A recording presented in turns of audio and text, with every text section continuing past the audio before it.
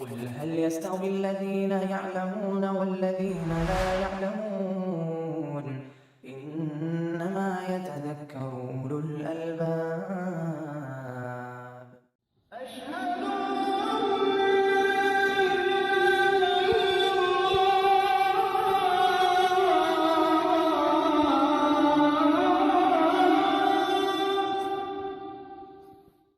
الحمد للہ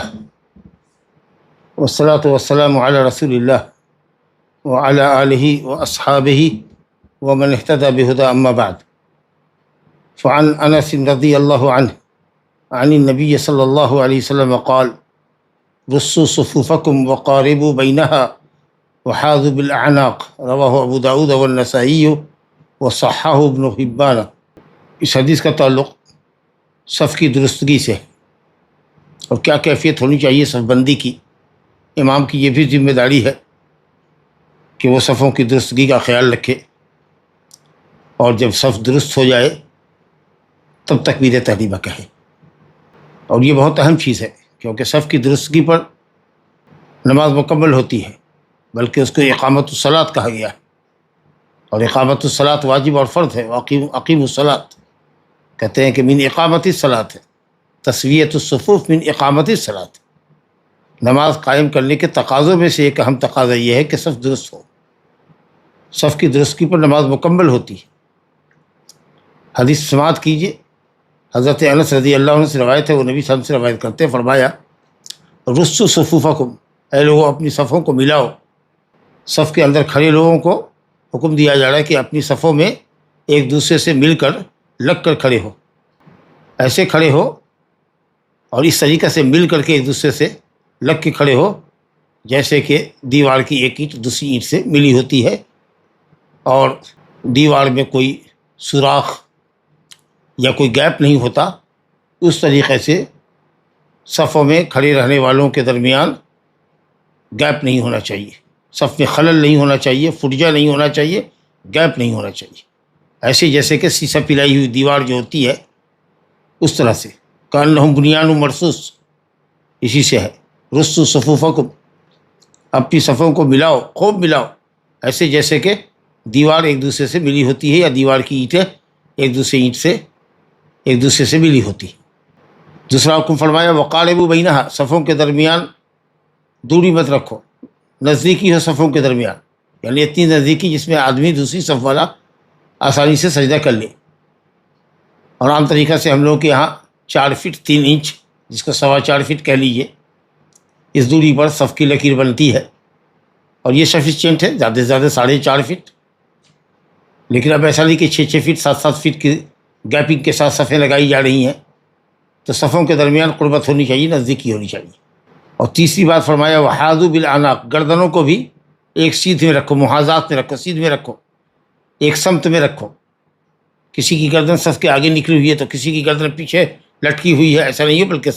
صف کے درمیان سب کی گردن، سب کے سر اور گردن سب کے برابر ہوں، ایک محاذات میں، ایک سیدھ میں، ایک سمت میں۔ 3 باتیں آپ نے فرمائی۔ رصوا صفوفکم، اپنی صفوں کو ملاؤ جیسے کہ دیوار کی ایک اینٹ دوسری اینٹ سے ملی ہوتی ہے، لگ کے کھڑے ہو۔ نمازیوں کے درمیان گیپ نہیں ہونا چاہیے، جیسا کہ بعض جماعتیں یا بعض امام کے مقلدین ایک بالش سے ہٹ کر کے ایک دوسرے سے کھڑے ہوتے ہیں، اور شیطان کے گھسنے کے لیے جگہ چھوڑتے ہیں۔ وقاربوا بینہا، اور صفوں کے درمیان قربت رکھو، ایک صف دوسرے سے قریب ہونی چاہیے۔ جیسا کہ میں نے کہا کہ عام طریقے سے 4.25 فٹ کی ہوتی ہے، 4 فٹ 3 انچ کی یا 4 فٹ 6 انچ کی اگر رکھی جائے تو سفیشینٹ ہے۔ اور گردنوں کو بھی ایک سیدھ میں رکھو، ایک سمت میں رکھو، آگے کو جھکی ہوئی یا پیچھے کو جھکی ہوئی نہ ہو۔ اس حدیث کو امام ابو داؤد نے روایت کیا ہے، نسائی نے، اور ابن حبان نے صحیح کہا ہے، کہ ابن حبان نے بھی اس کو روایت کیا ہے اور اس کی تصحیح کی ہے۔ ابو داؤد اور نسائی میں کچھ اس قدر اور بھی اضافہ ہے۔ حدیث کے آخر میں آپ نے فرمایا کہ فوالذی نفسی بیدہ انی لأری الشیطان یدخل من خلل الصف کأنہ الحذف، کا قسم اللہ کی، قسم اس ذات کی جس کے ہاتھ میں میری جان ہے، میں شیطان کو دیکھتا ہوں کہ صف کے درمیان پائے جانے والے گیپ اور خلل سے، نمازیوں کے درمیان جو گیپ ہوتی ہے اس سے شیطان کو دیکھتا ہوں کہ وہ داخل ہوتے ہیں، شیطان داخل ہوتا ہے، کأنہ الحذف ہو، جیسے کہ وہ کالی بکری ہو یا کالی بکری کا چھوٹا بچہ، اور وہ صفوں کے درمیان داخل ہوتا ہے، تمہارے دل میں داخل ہوتا ہے، پھر تمہاری نمازوں میں خلل ڈالتا ہے اور تم پر تمہاری نماز کو خراب کرنا چاہتا ہے۔ صف کی درستگی کے تعلق سے بہت سی حدیثیں آئی ہے، چنانچہ حضرت انس بن مالک رضی اللہ عنہ کی حدیث ہے صحیحین کے اندر۔ اکثر ائمہ حرمین کو آپ نے سنا ہوگا کہ صف بندی کے وقت جب اقامت ہو جاتی ہے تو وہ دائیں بائیں مڑتے ہیں اور لوگوں کو کہتے سووا صفوفکم فإن تسویۃ الصفوف من تمام الصلاۃ، اور کبھی ہے بخاری شریف کے الفاظ ہے فإن تسویۃ الصف من اقامت الصلاۃ، صفوں کو درست کرو کیونکہ صف کی درستگی نماز کے مکمل، نماز کا اکمال ہے۔ نماز صف کی درستگی کا تعلق نماز مکمل ہونے سے ہے یا نماز کی اقامت سے ہے۔ اور صحیح ہے میں نعمان بن بشیر رضی اللہ عنہ سے روایت ہے کہ انہوں نے کہا کہ میں نے رسول اللہ صلی اللہ علیہ وسلم کو فرماتے ہوئے سنا لا تصون صفوفکم او لیخالف اللہ بین قلوبکم او بین وجوہکم، ضرور بھی ضرور اپنی صفوں کو درست کر لو ورنہ اللہ تعالیٰ تمہارے دلوں کے اندر اختلاف پیدا کر دے گا، آپس میں نفرت ڈال دے گا، تمہارے چہرے ایک دوسرے سے کہ مخالف سمت میں ہوں گے، یعنی نفرت پیدا ہو جائے گی تمہارے درمیان۔ چنانچہ حضرت انس کہتے ہیں اور حضرت نعمان بن بشیر نے بھی کہا کہ وَكَانَ أَحَدُنَا يُلْزِقُ مَنْكَبَهُ بِمَنْكِبِ صَاحِبِهِ وَقَدَمَهُ بِقَدَمِهِ، چنانچہ اس حکم کے بعد صحابہ کرام ایک دوسرے سے اپنے مونڈھے لگا کر اور ایک دوسرے سے اپنا قدم سے قدم ملا کر کعبہ بکعبہ، ایڑی کو ایک دوسری ایڑی سے، ٹخنے کو ٹخنے سے ملا کر نماز پڑھتے تھے۔ بڑی تاکید ہے۔ جمہور سلف خلف نے سنت مؤکدہ کہا جو قریب الوجوب ہے، واجب کے قریب ہے، مطلب یہ ہے کہ اگر صف میں گیپ رہتا ہے تو نماز باطل نہیں ہوگی، یہ کہنے کا مطلب ہے کہ واجب کے قریب ہے سنت مؤکدہ۔ جبکہ علامہ ابن حزم اندلسی اور اسی طریقہ سے شیخ الاسلام ابن تیمیہ اور دوسرے بعض ائمہ محدثین نے کہا ہے کہ تسویۃ الصفوف واجب ہے۔ اگر جان بوجھ کر کے لوگ ایک دوسرے سے ہٹ کے کھڑے ہوتے ہیں تو نماز ان کی باطل ہو جائے گی، کیونکہ نبی کریم صلی اللہ علیہ وسلم نے تسویۃ الصف کو من اقامت الصلاۃ کہا ہے، اور اقامت الصلاۃ فرض ہے۔ اللہ کہتا ہے واقیموا الصلاۃ، جو فرض ہے، جو فرض کا لازمی تقاضا ہے وہ فرض ہے۔ اور امام بخاری رحمۃ اللہ علیہ اسی طرف مائل ہوئے ہیں، چنانچہ انہوں نے باب باندھا ہے باب اسم من لا یتم الصفوف، جو صف کو مکمل نہیں کرتا، صف کو شریعت کے مطابق نہیں کرتا، اس کا گناہ، اور حدیث ذکر کیا ہے۔ پھر یہ کہ نبی کریم صلی اللہ علیہ وسلم نے سووا صفوفکم امر کا صیغہ ہے جو وجوب کے لیے، اور آپ نے فرمایا او لیخالفن اللہ بینکم، ضرور بھی ضرور اپنی صفوں کو درست کر لو، واللہ لتصون صفوفکم او لیخالفن اللہ بین قلوبکم او لیخالفن اللہ بین وجوہکم، ورنہ اللہ تعالیٰ دلوں میں نفرت ڈال دے گا۔ یہ سب باتیں دلالت کرتی ہیں کہ تسویۃ الصفوف واجب ہے۔ تسویۃ الصفوف کا مطلب یہ ہے کہ صفیں مکمل ہو جائیں، پہلی صف مکمل ہو تو دوسری لگے، دوسری مکمل ہو تو تیسری لگے۔ بہت سے لوگ ہیں صف میں جگہ باقی ہے اور دوسری صف لگا لیتے ہیں،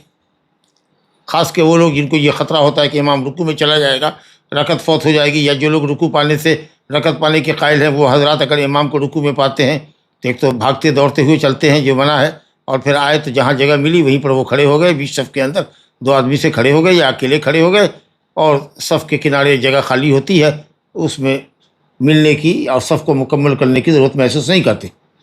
تو صف کا اتمام اور صفوں کے درمیان یا لوگوں کے درمیان گیپ نہیں ہونا چاہیے، فرجہ نہیں ہونا چاہیے، گیپ نہیں ہونا چاہیے، اور ایک دوسرے سے لوگ ہٹ کے کھڑے نہ ہوں۔ سد الخلل نبی صلی اللہ علیہ وسلم فرماتے تھے کہ ایک دوسرے کے درمیان کا جو خلل ہے، گیپ ہے،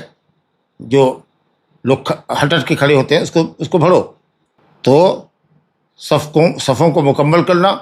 اور صفوں میں کھڑے لوگوں کو اپنے درمیان کے گیپ کو بھرنا بند کرنا، اور اسی طریقے سے اپنی گردنوں کو برابر ایک محاذات میں رکھنا، ایک سیدھ میں رکھنا، ایک سمت میں رکھنا، اور اسی طریقے سے صفوں کے درمیان تقارب ہو، بہت ہٹ کر کے صفیں نہ لگائی جائے، یہ صف اقامت صف کے اندر داخل ہے۔ قدم کو قدم سے ملاؤ، منکب کو منکب سے ملاؤ۔ اگر ایڑیاں ایک دوسرے سے مل جائیں نا اور سب اپنے اپنے پاؤں کو سیدھا رکھیں تو ایڑی سے لے کر کے انگلیاں تک مل جائیں گی لوگوں کی، پورا قدم قدم سے مل جائے گا۔ لوگ آگے کوشش کرتے کہ انگلیاں ملائیں، انگلیاں ملانے سے صف درست نہیں ہوگی، سب کی انگلیاں بڑی چھوٹی ہوتی ہیں، اس لیے ایڑی کو ملانے کا اہتمام کرنا چاہیے کہ ایڑی برابر سے ہو اور سب کی ایڑیاں ایک دوسرے سے ملی ہوئی ہیں۔ چلیے صاحب، اب صفوں کے اندر پہلی صف کی ظاہر کی فضیلت ہے، دوسری صف کے مقابلے میں، دوسری تیسری صف کے مقابلے میں جو صف امام سے جتنی قریب ہے وہ اتنی بہتر ہے۔ تو صفوں کی افضلیت کو بیان کرنے کے لیے ایک روایت لے کر آئے ہیں حافظ ابن حجر رحمۃ اللہ علیہ، مسلم کے حوالے سے یہ حدیث ہے۔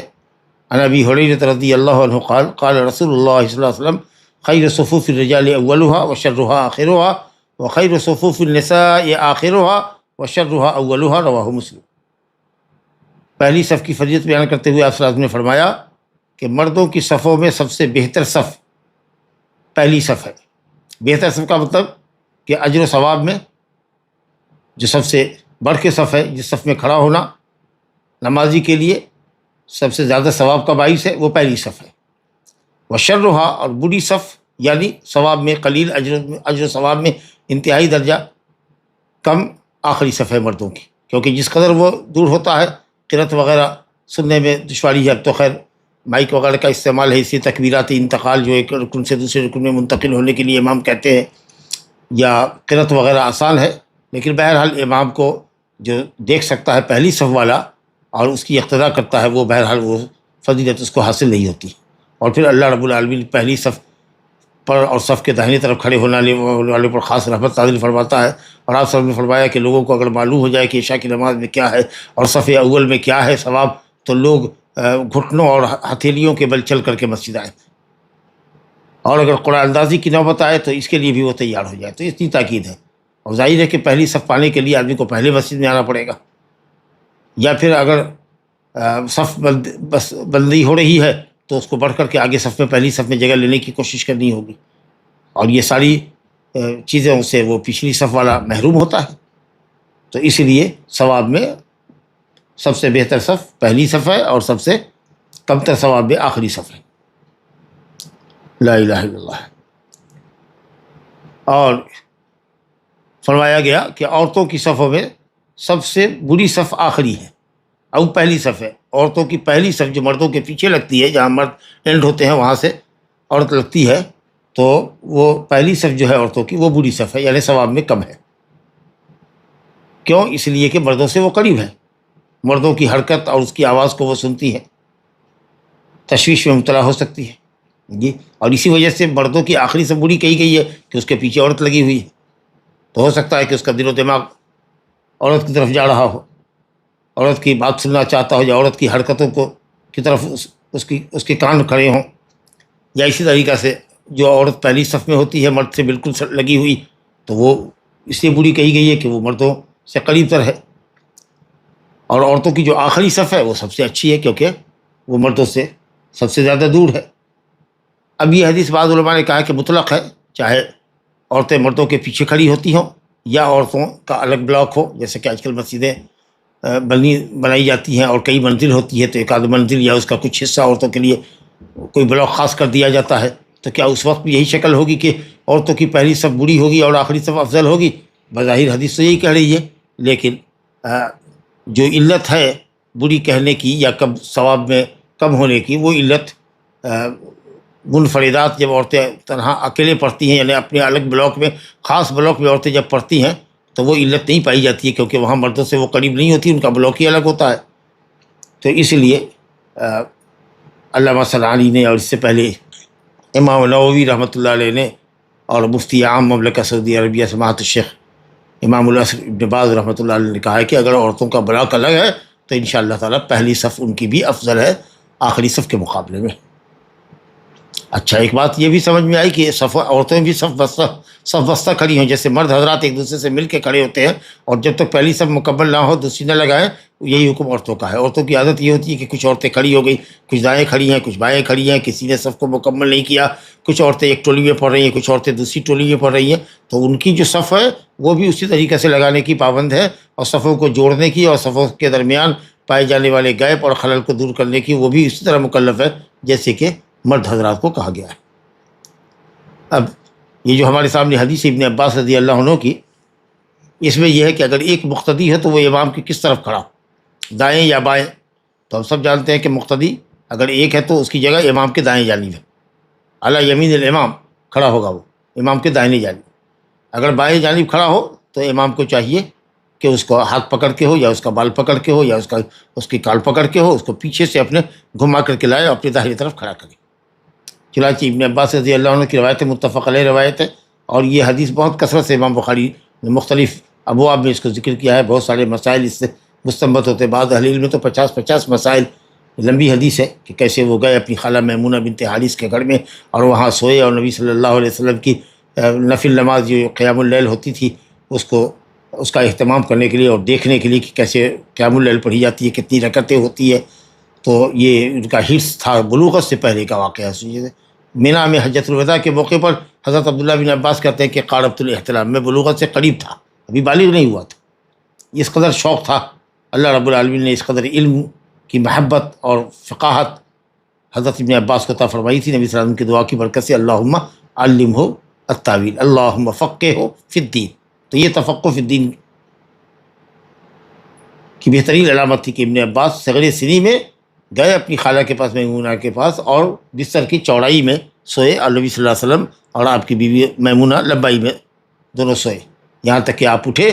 اور آپ گئے مشکیزے کے پاس جو لٹکا ہوا تھا، پرانا مشکیزہ تھا، وہاں سے پانی لیا، اور یہ دیکھ رہے ہیں، اور سارے کچھ ویسے اسی طریقے سے انہوں نے بھی جب نبی صلی اللہ علیہ وسلم نماز میں آ کے کھڑے ہوئے تو یہ بھی گئے اور انہوں نے وضو کیا، پھر آ کر کے بائیں طرف کھڑے ہو گئے۔ تو پھر نبی صلی اللہ علیہ وسلم نے ان کا سر یا ان کا بعض روایت میں ہے کہ میرا کان پکڑا، اور بعض روایت میں ہے کہ میرا سر پکڑا، اور اس کے بعد پیچھے سے اداڑنی مجھے پیچھے سے گھما کر کے لائے اور اپنے دائیں جانب کھڑا کر دیا۔ دیکھیے حدیث ابن عباس رضی اللہ عنہ سے روایت ہے، کہتے ہیں کہ میں نے نماز پڑھی رسول اللہ کے ساتھ ایک رات، فقمت یعنی یساری، چنانچہ میں آپ کے بائیں کھڑا ہو گیا، فاخذ رسول اللہ صلی اللہ علیہ وسلم برأسی من ورائی فجعلنی عن یمینہ، متفق علیہ۔ رسول اللہ صلی اللہ علیہ وسلم نے میرا سر پکڑا میرے پیچھے سے اور مجھے گھما کر اپنے دائیں کھڑا کر دیا۔ صحیحین کی روایت ہے۔ معلوم یہ ہوا کہ اگر ایک مقتدی ہے امام کے ساتھ مذکر، کیا خواہ وہ نابالغ ہی کیوں نہ ہو، وہ امام کے دائیں طرف کھڑا ہوگا، جیسے کہ نبی صلی اللہ علیہ وسلم نے ابن عباس کو بائیں سے گھما کر دائیں کھڑا کر دیا۔ اور مسلم شریف میں حضرت جابر رضی اللہ عنہ سے روایت ہے کہ رسول اللہ صلی اللہ علیہ وسلم ایک دن نماز پڑھ رہے تھے اور میں جا کر کے بائیں کھڑا ہو گیا، ان کو بھی مسئلہ معلوم نہیں تھا، تو نبی صلی اللہ علیہ وسلم فاخذ بیدی فادارنی حتی اقامنی عن یمینی، آپ صلی اللہ علیہ وسلم نے میرا ہاتھ پکڑا نمازی میں اور پیچھے سے گھما کر کے دائیں کھڑا کر دیا۔ اللہ۔ پھر ایک دوسرے صحابی جبار بن صخر آئے، وہ بائیں کھڑے ہو گئے، جب دونوں دائیں بائیں ہو گئے اور پیچھے جگہ تھی تو نبی کریم صلی اللہ علیہ وسلم نے اپنے ہاتھ سے دونوں کو دھکیلا پیچھے کی طرف، فدفع یا فدفعنا، آپ نے ہم کو پیچھے دھکا دیا یا دھکیلا کہ جاؤ پیچھے، مطلب یہ حتی اقامنا خلفہ، یہاں تک کہ ہم کو اپنے پیچھے کھڑا کر دیا۔ تو یہ شکل ہے کہ اگر ایک شخص ہو تو دائیں طرف اور دو ہو تو پیچھے صف لگائے، اللہ ہے کہ اگر کوئی جگہ نہ ہو، آگے بھی نہیں ہو پیچھے بھی نہیں ہو، یا اگر آگے جگہ ہے پیچھے نہیں ہے تو امام ہی آگے بڑھے، اور اگر پیچھے جگہ ہے تو بجائے اس کہ امام آگے بڑھے مقتدیوں کو پیچھے آنا چاہیے۔ امام کی حرکت سے کے مقابلے میں مقتدی حرکت کرنے کا زیادہ اہل ہے کہ وہ پیچھے جائے امام کی تقریب میں، اور اگر آگے جگہ ہے پیچھے نہیں ہے تو امام آگے بڑھنے کی زحمت کرے، اور اگر نہ آگے جگہ ہے نہ پیچھے جگہ ہے تو پھر ایک ہی صف پہ کھڑے ہوں۔ یہی شکل ہے۔ اچھا، اگر دائیں کھڑا ہو تو بالکل امام کے پہلو میں کھڑا ہو، پاؤں کو پاؤں سے ملائے، جیسے دو آدمی کھڑے ہوتے ہیں اس طریقے سے۔ ابن عباس رضی اللہ عنہ کہتے ہیں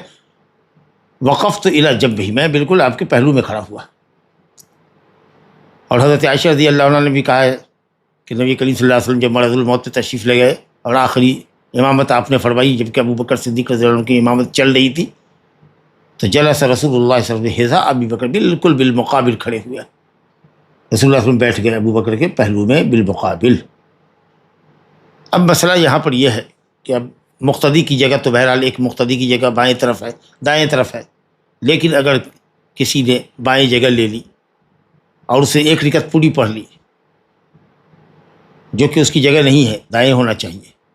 تو کیا اس کی نماز ہو جائے گی کہ نہیں ہو جائے گی؟ حنابلہ کے یہاں مشہور قول یہ ہے کہ نماز اس کی وہ باطل ہو جائے گی یا وہ رکعت باطل ہو جائے گی،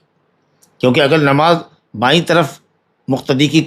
ٹھہر کر کے صحیح ہوتی تو نبی کریم صلی اللہ علیہ وسلم نماز میں اس طریقے سے ہاتھ پکڑ کے پیچھے سے لا کر کے یا سر پکڑ کے کال پکڑ کے پیچھے سے لا کر کے کھڑا کرنے کا تکلف نہیں کرتے،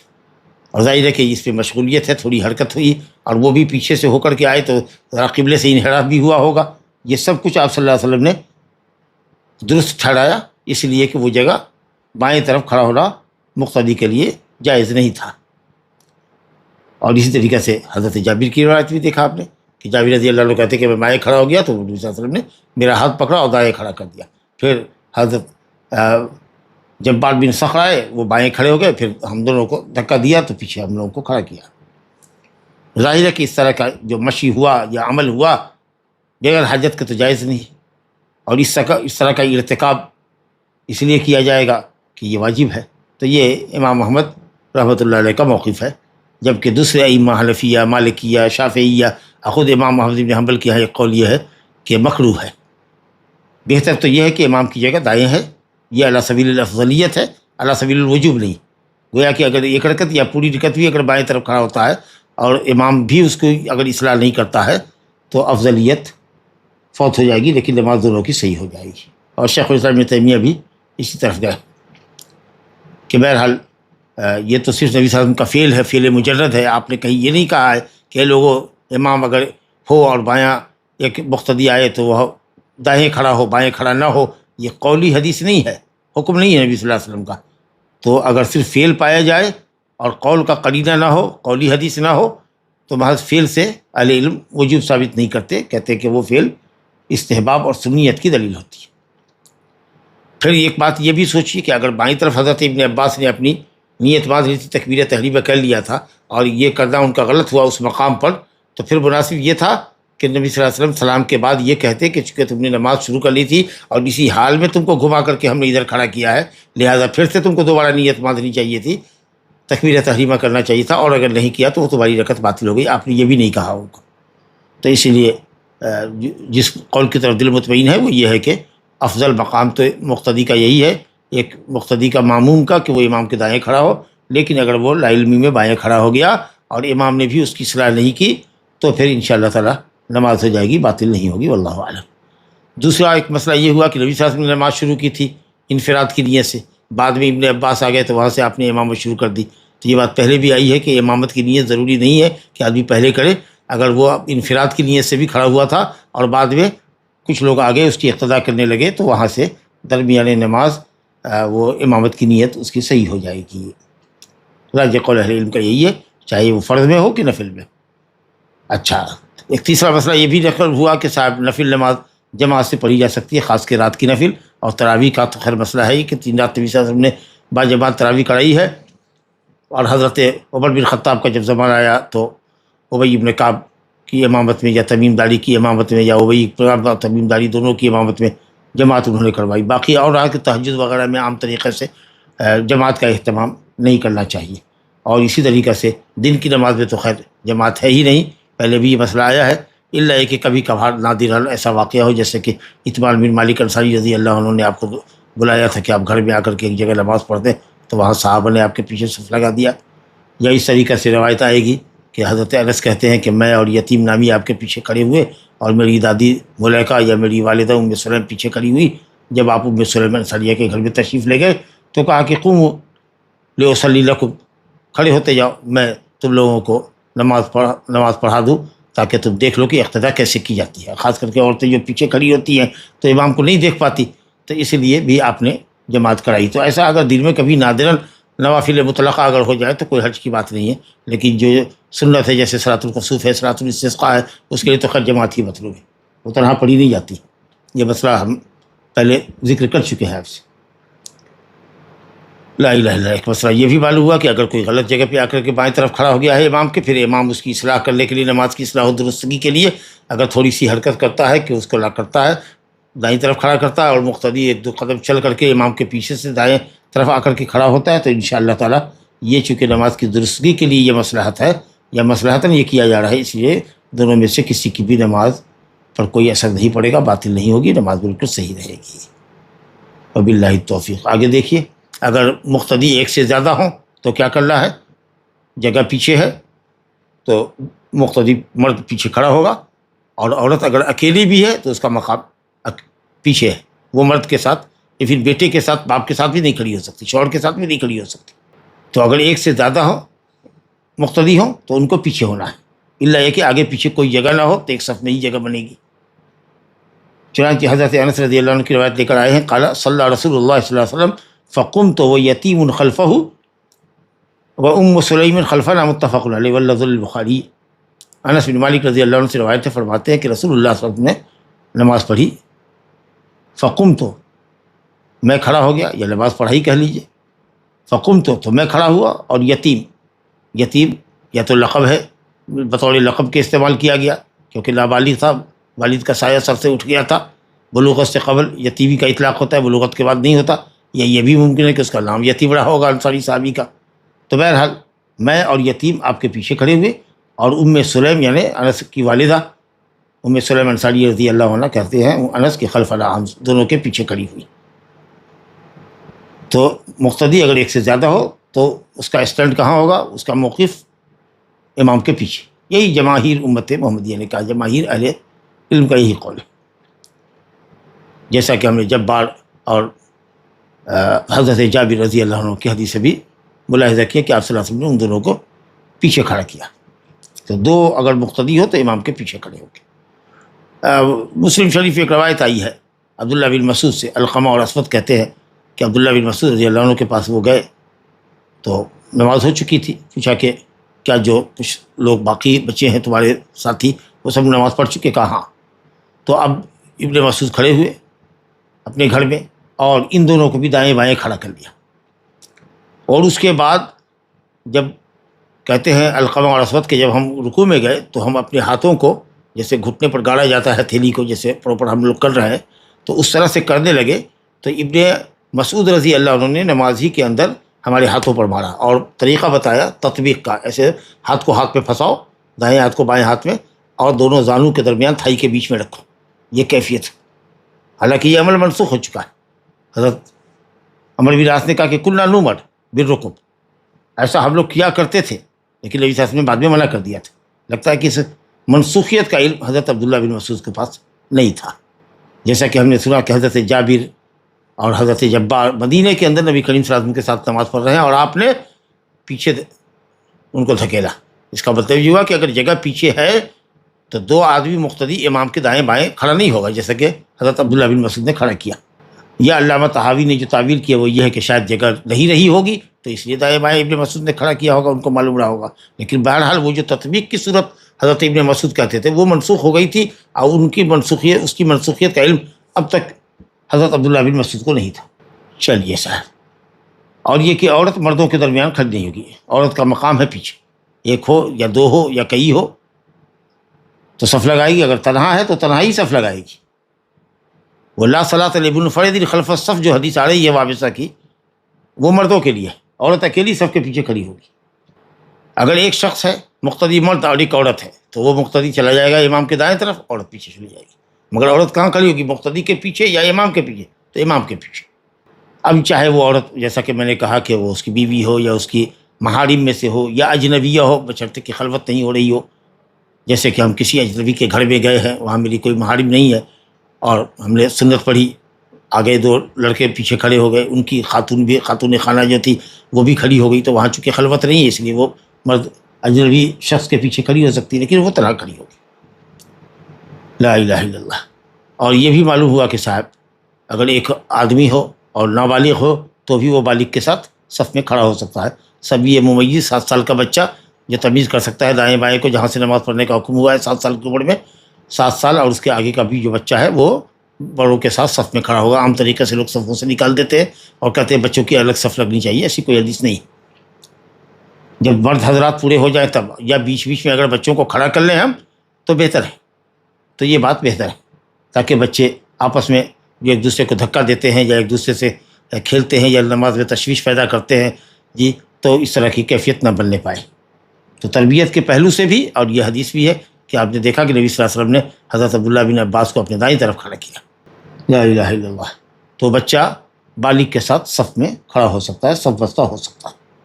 اور حضرت عمر بن سلمہ رضی اللہ عنہ نے تو امامت فرمائی ہے جبکہ 6 یا 7 سال کے تھے، تو بچے کی اگر امامت جائز ہے صحیح حدیث کی روشنی میں تو صف میں کھڑا ہونا مردوں کے ساتھ تو بدرجہ اولیٰ افضل جائز ہے۔ لا الہ الا اللہ۔ اب آئیے، صف کے پیچھے منفرد شخص کھڑا ہو گیا، ارے بھائی جگہ میں بنانے کی کوشش کرو صفوں کے درمیان، بہت لوگ گیپ لے کر کے رہتے ہیں، اگر ایک دوسرے کو قریب کر دیا جائے اور لوگوں کو بھی چاہیے کہ اپنی گردن اپنے بھائی کے لیے، اپنا موڈھا اپنے بھائی کے لیے نرم کر دے، کہ اگر کسی نے ہاتھ دیا اور وہ سہلا رہا ہے اور ایک دوسرے سے قریب کر رہا ہے تو قریب ہونا چاہیے، نہ یہ کہ اس کو دھکا دینا چاہیے کہ نہیں ہم نے جتنی جگہ لی ہوئی ہے اتنی جگہ پر ہم رہیں گے، گنجائش کرنی چاہیے، نہیں ہو تو صفوں کو چیر کر کے چلا جائے، آگے امام کے دائیں جانب کھڑا ہو جائے، اور نہیں تو پھر کسی کی شخص کے آمد کا انتظار کرے، کیونکہ نبی کریم صلی اللہ علیہ وسلم کی وہ بہت واضح روایت ہے، لا صلاۃ لمنفرد خلف الصف۔ اگرچہ بعض اہل علم نے کہا ہے، مسئلہ آئے گا، بعض اہل علم نے کہا ہے کہ وہ صف میں جگہ بنانے کی ہر ممکن کوشش کرے، لیکن اگر کسی طریقہ سے لوگ ایک دوسرے سے سٹنے کو تیار نہیں ہے، لگنے کو تیار نہیں ہے، اپنی جگہ سے ٹس سے مس نہیں ہو رہے ہیں اور سب بالکل پیک ہے، کوئی جگہ نہیں مل رہی ہے، تو کہا کہ فاتقوا اللہ ما استطعتم پر عمل کرتے ہوئے اب اس نے انتظار نہیں کرنا ہے، وہ سب کے پیچھے اکیلے کھڑا ہو جائے گا۔ اور شیخ ابراہیم ابن تیمیہ رحمۃ اللہ علیہ، ابن القیم رحمۃ اللہ علیہ، اور غالباً شیخ ابن عثیمین رحمۃ اللہ علیہ بھی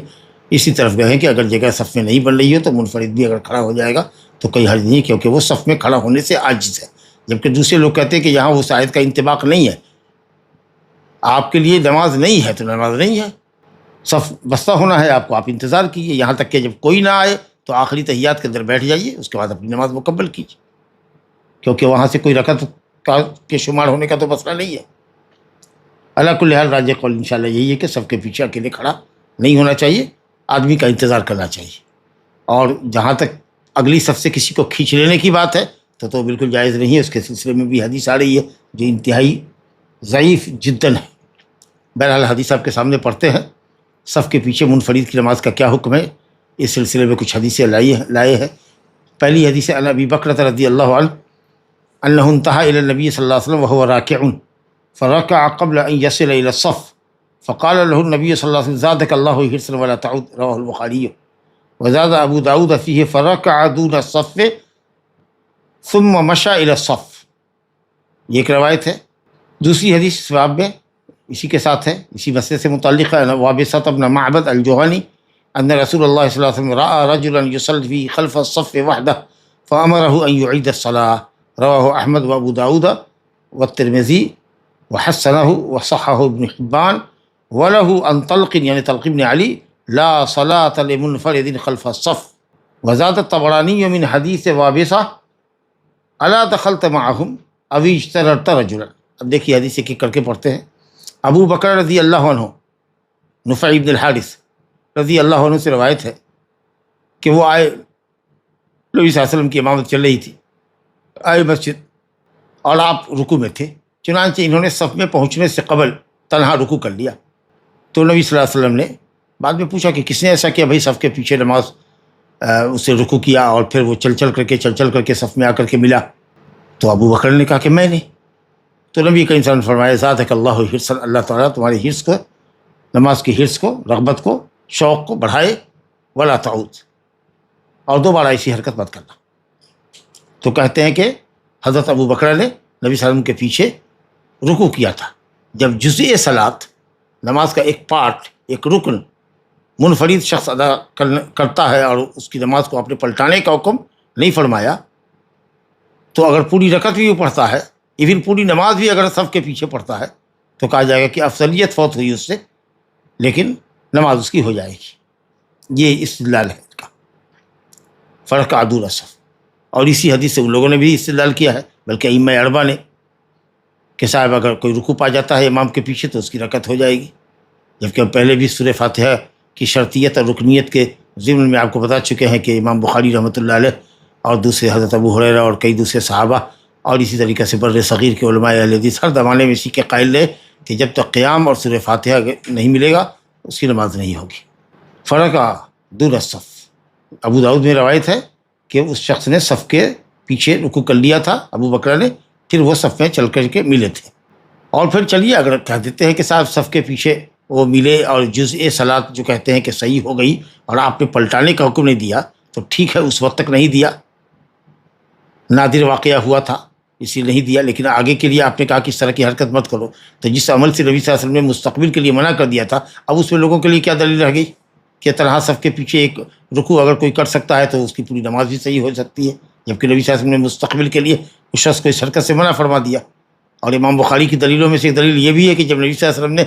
اگر چلیے اس وقت اگر رکوع پانے سے رکعت کو آپ نے شمار کر لیا تو آپ نے تو منع کر دیا کہ آئندہ مت کرنا، تو جس چیز سے منع کر دیا آئندہ کے لیے، اس میں آپ کے لیے کیا حجت ہے؟ نبی صلی اللہ علیہ وسلم نے فرمایا ما ادرکتم فصلوا وما فاتکم فاتموا، تو جو بھی کچھ فوت ہوا ہے اس کو پورا کرو، اور پہلی رکعت کا اس کا قیام اور رکوع فوت ہو چکا ہے یا قیام فوت ہو چکا ہے، سورہ فاتحہ فوت ہو چکی ہے، اس لیے وہ نماز پلٹائے گا۔ یہ ضمن بات آ گئی، مگر یہاں پر جو لائے ہیں وہ اسی لیے کہ صف کے پیچھے اگر رکوع صحیح ہو سکتا ہے تو پوری نماز بھی، اور پوری رکعت اور پوری نماز بھی صحیح ہو سکتی ہے۔ یہ جمہور کا موقف ہے۔ لیکن جو دوسرے فقہاء ہیں، حنابلہ، مالکیہ اور دوسرے لوگ، وہ کہتے ہیں کہ نہیں، صف کے پیچھے نماز نہیں ہوگی۔ چنانچہ ان کی دلیل یہاں ہے وابصہ بن معبد الجہنی کی روایت، کہ جس میں نبی صلی اللہ علیہ وسلم نے ایک شخص کو دیکھا کہ وہ صف کے پیچھے تنہا نماز پڑھ رہا ہے، تو نبی صلی اللہ علیہ وسلم کھڑے رہے یہاں تک کہ جب اس نے سلام پھیرا تو آپ نے کہا کہ ان یعید الصلاۃ، امرہ ان یعید الصلاۃ، کہا نماز کو پلٹو، ان تستقبل القبلہ یا ان تستقبل الصلاۃ، نماز دوبارہ سے پڑھو۔ تو نماز نے پلٹانے کا نبی صلی اللہ علیہ وسلم نے حکم دیا۔ ظاہر ہے کہ صف کے پیچھے اگر تنہا کھڑا ہونا جائز ہوتا تو کیوں پلٹانے کا حکم دیتے؟ رواہ احمد، ابو داؤد، ترمذی نے اس حدیث کو حسن کہا ہے، اور ابن حبان نے صحیح کہا ہے۔ تو حدیث علی الاقل حسن درجے کی ہے۔ یہ حدیث میں کلام کچھ کیا ہے لوگوں نے، لیکن علی الاقل حدیث حسن درجے کی، جبکہ ابن حبان نے صحیح کہا ہے، اور علامہ ابن حجر نے بھی کچھ ریمارک نہیں کیا۔ اس کا مطلب یہ کہ ان کی یہاں بھی حدیث حسن صحیح درجے کی ہے، اور کہتے ہیں کہ وَلَهُ، ابن حبان ہی میں طلق بن علی سے روایت۔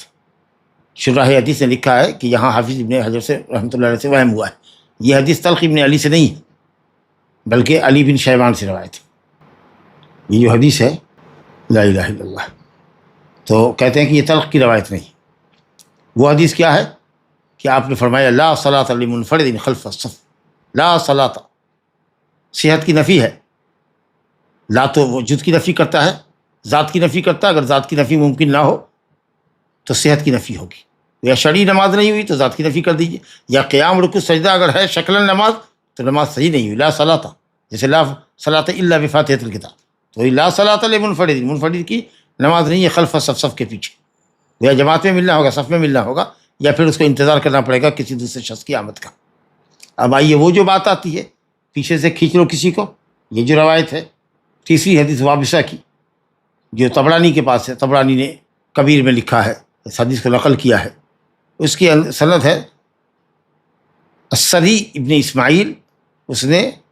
شعبی سے روایت کیا، اور شعبی نے وابصہ سے روایت کیا کہ رسول اللہ صلی اللہ علیہ وسلم نے دیکھا کہ ایک شخص کو کہ وہ صفوں کے پیچھے تنہا نماز پڑھ رہا ہے، تو آپ نے کہا ایھا المصلی وحدہ، اے تنہا نماز پڑھنے والے، تم کیوں نہیں صف میں داخل ہو گئے؟ اللہ تکون وسط صفا فدخلت معہم، صف میں پہنچتے اور صفوں میں ہی جگہ بناتے، ابھی سررت رجلا الیک ان ضاق بک المکان، اور اگر جگہ تنگ تھی تو کسی ایک شخص کو کھینچ لینا چاہیے تھا۔ عید صلاتک، جا اپنی نماز پلٹا، فإنہ لا صلاۃ لک، تمہاری نماز نہیں ہوئی۔ کہتے ہیں کہ یہ حدیث انتہائی ضعیف ہے، کیونکہ اس میں یہ سری سین را یا سری ابن اسماعیل جو ہے، حافظ ابن حجر نے کہا کہ متروک الحدیث راوی، اللہ متروک الحدیث۔ امام محمد نے کہا کہ ترک الناس حدیثہ، محدثین نے اس کی حدیث کو قابل اخذ قابل قبول نہیں مانا، ترک کیا ہے، بلکہ یحییٰ بن سعید نے کہا کہ مجھے تو ایک مجلس میں اس کے جھوٹ کا پتہ چلا، گویا کہ منکر اور جھوٹی روایتیں بھی بیان کرتا تھا، اس لیے ضعیف جداً روایت ہے جی۔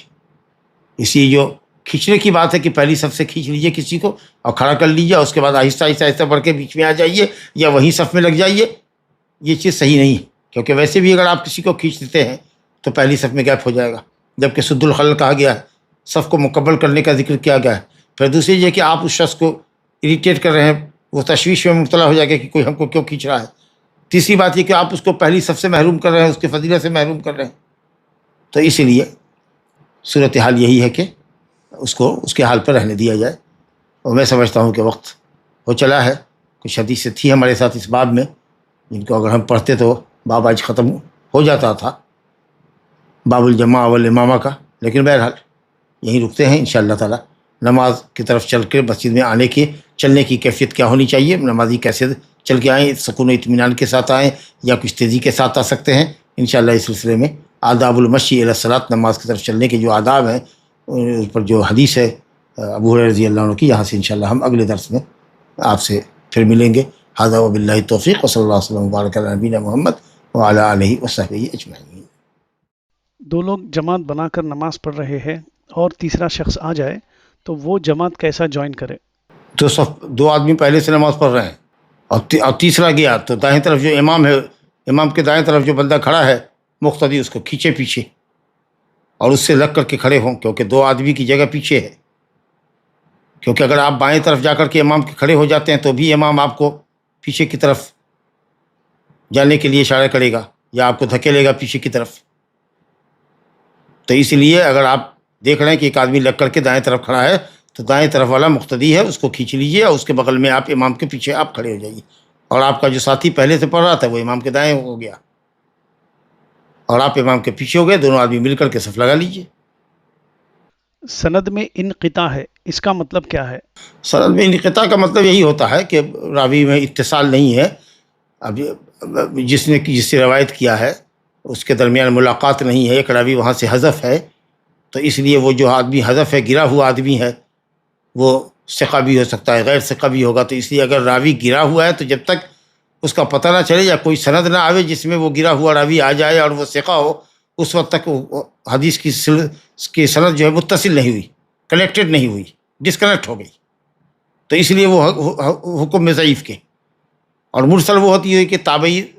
سیدھے نبی صلی اللہ علیہ وسلم سے روایت کرے. ضروری نہیں کہ تابعی نے صحابی سے روایت دیا ہو سکتا ہے کہ وہ کسی اور تابعی سے اس نے سنا ہو اور وہ تابعی ثقہ ہو کہ نہ ہو. تو یہ مطلب ہوتا ہے. حدیث میں کلام ہونے کا مطلب ہوتا ہے کہ بعض راوی پر لوگوں نے کلام کیا ہے، بہت سے لوگوں نے کہا کہ یہ غیر ثقہ ہے، اس کی روایت ضعیف ہے، کچھ لوگوں نے کہا کہ نہیں قابل وثوق ہے، لینے کے لائق ہے. تو ایسے آدمی کی روایت مطابعات میں کسی اور حدیث کی تائید کے لیے تقویت کا ذریعہ بنتی ہے، اور کئی روایتیں مل کر کے قابل احتجاج بن جاتی ہیں، حجت کے لائق، دلیل کے لائق بن جاتی ہے. اسے کہا جاتا ہے کہ روایت میں کلام ہے. الحدیث فیہ کلام یا حضر راوی متکلم فیہ، اس راوی میں اہل علم نے کلام کیا ہے، محدثین نے اور ناقدین حدیث نے، اسماء الرجال کے ماہرین نے کلام کیا ہے. بعض نے ثقہ کہا، بعض نے غیر ثقہ کہا. تو اس طریقے سے کہا جاتا ہے کہ حدیث میں کلام ہے یا راوی پہ کلام ہے. ایک بہن نے سوال کیا ہے، خواتین صف میں پیر سے پیر نہیں ملاتے، ہم کوشش کر کر پیر ملاتے ہیں لیکن پھر جب دوسری رکعت آئے تو وہ پھر سے الگ ہو جاتے ہیں، تو ہم کیا کریں؟ نہیں، پھر بہرحال جب سجدے میں اگر الگ ہو گئے تو پھر قیام کرے تو سب کو ملا لیں، لیکن خواتین کو بھی ملانا ہے. تراسو کا جو حکم ہے وہ ان امت کے لیے، مقتدیوں کے لیے، چاہے وہ مرد ہو یا عورتیں ہوں، جو بھی آپ کے پیچھے تھے سب سے آپ نے یہی کہا تراسو وقاربوا بین الصفوف وحاذوا بین الاعناق، گردنیں سب ایک سمت میں رکھو، صفیں قریب قریب بناؤ، ایک دم مل کے کھڑے ہو جیسے دیوار میں ایک اینٹ دوسری اینٹ سے ملی ہوتی ہے. یہ حکم عورتوں کے لیے، یہ بات تو درس میں بتایا ہی کہ صف بندی کا جو حکم ہے مردوں کے لیے وہ عورتوں کے لیے بھی ہے. وہ بھی صف ملا کے کھڑی ہیں، ایک دوسرے سے پاؤں کندھے سے کندھے ملائیں، ایڑی سے ایڑی ملائیں، اور جب تک پہلی صف ان کی مکمل نہیں ہوتی دوسری صف نہ لگائیں. صف میں اگر گیپ ہے تو بازوق والے کا کاندھا یا پیر کھینچ کر گیپ ختم کرنے کا حکم کیا ہے؟ نہیں، اس کے پاؤں کو کھینچیں یا کپڑے سے اس کو کھینچیں یا اس سے پاؤں لگا دیں. اگر آپ کے لیے پاؤں اس کے لگانا آپ کے لیے باعث مشقت نہ ہو تو. لیکن اگر وہ پھر بھی ہٹا لیتا ہے تو پھر اس کو اس کے حال پر چھوڑ دیجیے. اب کچھ لوگ اسی طریقے کی حرکتیں کرتے رہتے ہیں اور اپنے بھی تشویش میں مبتلا ہوتے ہیں اور اس کو بھی تشویش میں مبتلا کرتے ہیں. اگر وہ نہیں ہو رہا ہے، سنت کی خلاف ورزی کر رہا ہے جس کو بعض علماء نے واجب کہا ہے، تو یقیناً اگر وہ عمدن ایسا کر رہا ہے تو جو لوگ وجوب کے قائل ہیں ان کے نزدیک نماز نہیں ہوگی. جمہور کے نزدیک نماز ہو جائے گی لیکن افضلیت کا تعلق ہوگا. ہسبینڈ وائف گھر میں جماعت سے نماز پڑھ رہے ہیں اور سورہ فاتحہ کے پڑھنے کے بعد آمین زور سے کہنا چاہیے یا دھیرے کہنا چاہیے؟ کوئی حرج نہیں ہے، آہستہ سے بھی کہہ سکتی ہے اور قدر بلند آواز سے بھی کہہ سکتی ہے، کیونکہ وہاں کوئی نہیں ہے تو کہہ سکتی ہے. لیکن برابر میں نہیں ٹھہرے گی، پیچھے ہی کھڑی ہوگی. اور اگر دائیں بائیں کھڑی ہو گئی، دائیں طرف کھڑی ہو گئی جیسے مرد حضرات کھڑے ہوتے ہیں تو مسئلہ آئے گا، یا ہونا بیان سے چک گیا میں، وہاں مسئلہ یہ ہے کہ نماز انشاءاللہ راجح قول میں ہو جائے گی، راجح قول میں ہو جائے گی انشاءاللہ تعالی. ابھی کہا تھا نا، گفتگو میں آیا تھا، بات آئی ہے کہ اگر بائیں کھڑا ہو کر کے نماز پڑھتا ہے تو نماز نہیں ہوگی. تو اسی طریقے سے اگر عورت کے لیے ہے کہ صاحب پیچھے کرو عورت کو، لیکن اگر وہ کھڑی ہو گئی تو نماز ہو جائے گی، راجح قول میں دونوں کی نماز ہو جائے گی. اچھا، حنفیہ کے یہاں کہ مرد کی خراب ہو جائے گی، عورت کی صحیح ہو جائے گی. سبحان اللہ، کیونکہ مرد نے اپنی ذمہ داری نہیں ادا کی، اس کو پیچھے کرنا چاہیے تھا جس سے پیچھے نہیں کیا. ارے خراب ہوگی تو دونوں کی ہوگی، اور نہیں تو دونوں کی ہو جانی چاہیے. تو اسی لیے افضل تو یہی ہے کہ وہ پیچھے کھڑی ہو، لیکن اگر وہ بیوی یا ماں بہن اگر دائیں طرف اس کی کھڑی ہو گئی تو جمہور اہل علم کے نزدیک نماز ہو جائے گی، دونوں میں سے کسی کی باطل نہیں ہوگی، لیکن ترک اولا اور ترک افضلیت لازم آئے گا۔ جی نابالغ لڑکا ہو اور کچھ سورہ یاد ہے تو کیا وہ اپنی بہن اور ماں کی امامت کر سکتا ہے؟ جی جی پڑھا سکتا ہے، پڑھا سکتا ہے۔ جیسے کہ عمر ابن سلمہ قوم کے مردوں کو نماز پڑھا سکتے تھے تو عورتوں کو تو پڑھا ہی سکتے ہیں۔ حضرت ذکوان جو حضرت عائشہ کے غلام تھے وہ حضرت عائشہ کو تراویح پڑھایا کرتے تھے، تو اگر فرض کی جماعت صحیح ہوگی تو نفل میں بھی ہوگی، نفل کی جماعت صحیح ہو جاتی ہے امامت تو فرض میں بھی امامت ہو جائے گی۔ جی اس کے پیچھے عورتیں صف لگا سکتی ہیں اپنے گھر میں۔